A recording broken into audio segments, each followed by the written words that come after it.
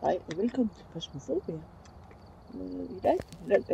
I den her uge her, så har vi jo også en video, som er ret træls. Den er fra Sunny Meadows, og nu vælger vi den her. Man har en lyd eller noget, mens du har en kamera, og du har en ting. Det kan vi se, når vi lige kommer ind i spillet her. Sådan. Jeg kan se, der mangler kamera, der mangler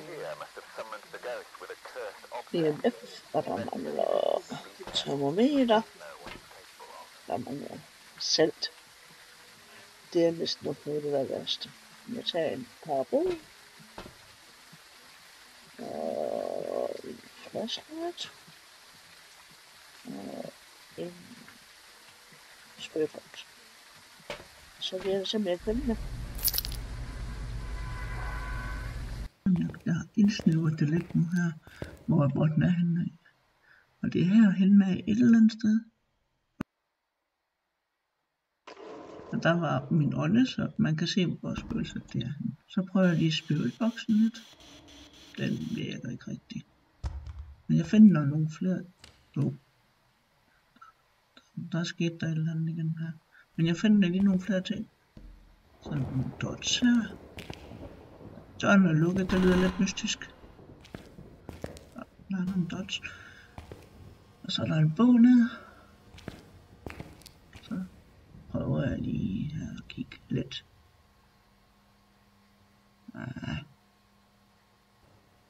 Spilboks måske? Der er i hvert fald nogle ting, der har bevæget sig herinde. Spilboks, kom så. Det ser ikke ud som om der er noget spilboks overhovedet, faktisk. Må jeg prøve nogle gange. Så jeg tvivler. Så indtil videre, så bliver den altså lige krydset af. Der var noget lys. Der blev lukket. Og jeg har ikke nogen breaker, så jeg ved det ikke, at Mærfling kan ikke gøre det.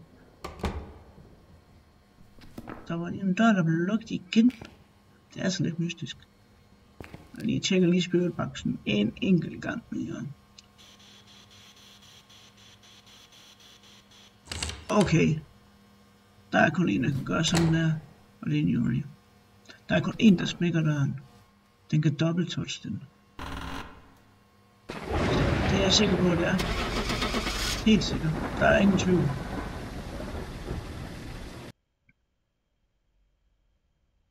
Yes. Lige nok. Det er den eneste, og der er lyd på den også for øvrigt. Som en dør, der bliver lukket. Så vi prøver bare igen. Med et nyt spøgelse. Og her tror jeg, jeg prøver at vise, hvordan jeg gør med, når jeg skal finde den. Så det første man gør, det er selvfølgelig åbent døren og tage nøglen med. Det går man selvfølgelig væk nat. Lige med den weekly her. Sunny Meadows gør man altid en ting, inden man går ind. Og det er at ringe på klokken. Sådan. Så er det good luck. Og så går jeg rundt med parabolen her. Og lytter. Der er en masse ambient sounds i den her. Og nogle af dem er altså ret skræmmende. Så. Men indtil videre har der ikke været nogen lyde. Jeg går rundt og kigger, om dørene er lukket for det. Jeg går rundt og kigger, om dørene er lukket. Fordi det er de nemlig den challenge her. Så hvis der er en dør, der er åben, så har man fundet der, hvor spøgelser der er henne. Se. Hernede omkring er det. Og jeg har simpelthen lige fået et Banshee Scream. Off camera desværre. Jeg optog det slet ikke. Så, men den er her omkring. Og nu kan vi jo så lige, når vi er hernede af, så kan vi jo starte med at gå ned til Lisa. Eller patient 07, som hun også bliver kaldt. Og det er lidt sjovt. Men hun ligger her.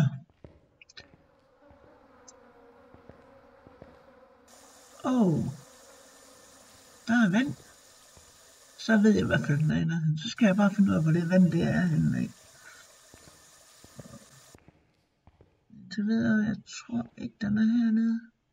Fordi så vidt jeg ved, så er det altså ovenpå, men jeg tjekker lige for en sikkerheds skyld hernede, om der er nogle granater. Jeg mener ikke, det er nu. Det er for langt væk. Jeg går ovenpå og kigger. Kigger lige for en sikkerheds skyld, om der er nogle lyde. Jeg hører lige, om der er nogle lyde.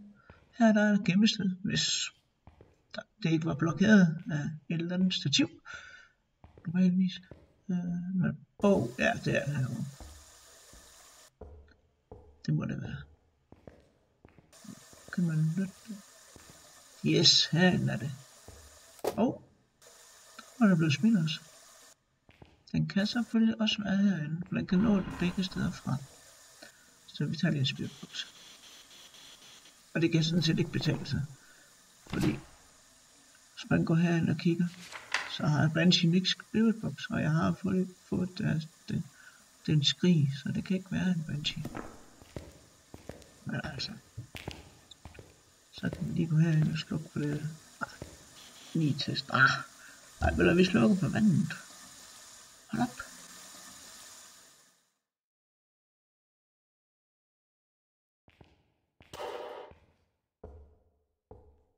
Jeg lytter lige om der er noget.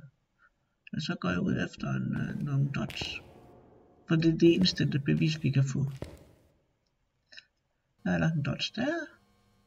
Og så lægger jeg lige en her for en sikkerheds skyld, selvom jeg tror altså ikke, de er herinde. Jeg tror ikke, den er herinde.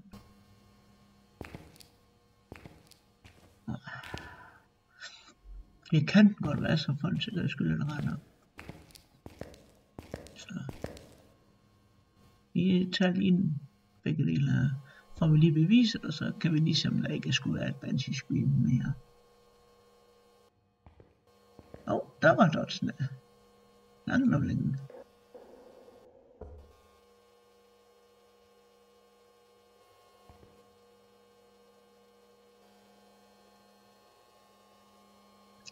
Jeg kan lige få den tastet ind, så kan I lige se, at Banshee er der stadigvæk. Så vil I få alting på det rene. Og så tror jeg vil lige så stille tilbage igen. Sådan, så kan jeg lige høre, om der ikke lige skulle komme de der skrig mere. Men altså de der dots, de er altså ret træls at høre på. Men vi har jo fået beviserne, så jeg tror bare, jeg slukker dem. Så er de heller ikke på parabolen mere. Så går jeg lige så stille tilbage. Og så håber jeg på, at jeg kan nå at få et scream, så I også kan høre, hvordan det egentlig lyder. De der ambience noises der, de giver mig pip. Kom så. Kom nu. Skrig for mig. Yes! Det der skrig der, det er kun Banshee, der kan det. Så sådan er det. Vi ses på den anden side. For at få bekræftelse selvfølgelig. Sådan. Så mangler faktisk kun en nu. Så den tager vi også lige. Så, hvad var det vi startede med? Ring på klokken. Så. Kom så. Sådan. Jeg har fundet en lille spøgelse herinde. Den kastede med eller andet lige før. Jeg tror, ja, det var en bog, kan jeg se. Så vi tager lige spiritbox. Det første bevis. Det var fedt. Så har vi spiritbox. Krydser det. Og så finder vi nogle flere beviser.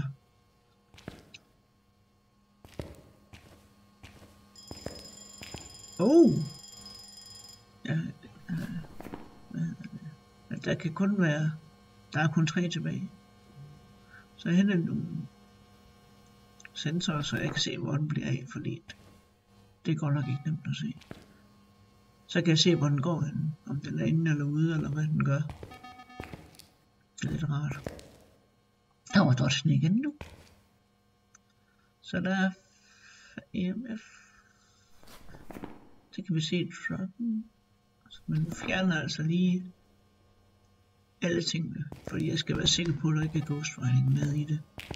Og jo flere ting der er, jo større sandsynligheden er for det. Så nu er jeg tilbage i bilen for lige at se, og så kan jeg lige se, hvor den er henne på skærmen her.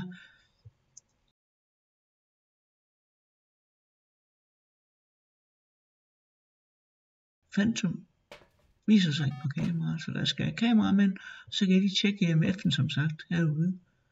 Og umiddelbart ser det altså ikke ud til, der er det store udsving. Den så aktiv som den er, og det er jo forskelligt fra spøgelse til spøgelse, hvor aktiv de er. Det er jo ikke noget med hvad for en der er. Ikke altid, og det er i hvert fald nogle gange stødt på, hvis det er et aktivt spøgelse. Altså nogle gange kan det være en shade alligevel. Men den her ser ikke ud til at have nogen EMF. Så vi går ind og ser, om vi kan få et billede af den i dotsene. Det er jo for det med, at der er dots på et Phantom, at du kan få et billede på dots. Nej. Hvad skulle den nu tændes for? Nå. Jeg går ind og slukker den, det magter jeg simpelthen ikke. Ind og sluk for den. Sådan. Så prøver jeg simpelthen ikke at få det billede af den. Lige. Den smider med flere ting nu. Der var bogen. Så kan vi lige få beviset på, at der ikke er ghostwriting. Og det er der ikke. Så den kan man faktisk godt. De dots. Jeg skal have et billede af dig. Kom så. Flytter lige dotsene lidt. Og så tror jeg nok bare, at jeg går op efter en dot mere. Der ligger en her. Så er det lidt nemmere at få et billede af den. Så det er bare at vente på, at der sker noget der. Det kan godt være, at tage nogle ekstra billeder. Kom så. Kom nu med nogle dots.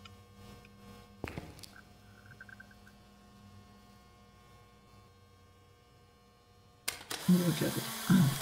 Nu er det. Nej, jeg nåede det. Men nu kan man sammenligne billederne. Kom så. En til. Yes. Den tror jeg godt. Ja. Og umiddelbart ser det ikke ud. Og en til billede.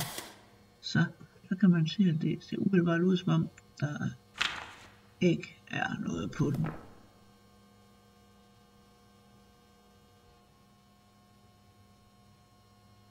Godt se, der ser ikke ud, som om der er noget på den. Der er ikke noget spøgelse, og den er helt clear i billedet, og der vil den ikke være, hvis der var et spøgelse. Hvis det ikke var et Phantom, så vil den ikke være så clear. Så det er næsten nok vist om, det er et Phantom. Så lad os se, om det er rigtigt. Jeg håber det i hvert fald. Sådan du. Så var nummer 3. Det giver en masse penge og en masse XP, og det giver 5.000 eller andet. Det giver 5.000 bare for weekly challenge. Så det er en rigtig god idé at gøre, i hvert fald hvis man har lavet level. Så du kommer hurtigt op her. Men jeg vil da gerne høre jer i kommentarfeltet, om I godt kan lide Phasmophobia. Om det er noget, I spiller, og hvordan det går med jeres weekly challenges. Det kunne da være meget rart at høre om det. Om ikke andet, så ses vi lige pludselig.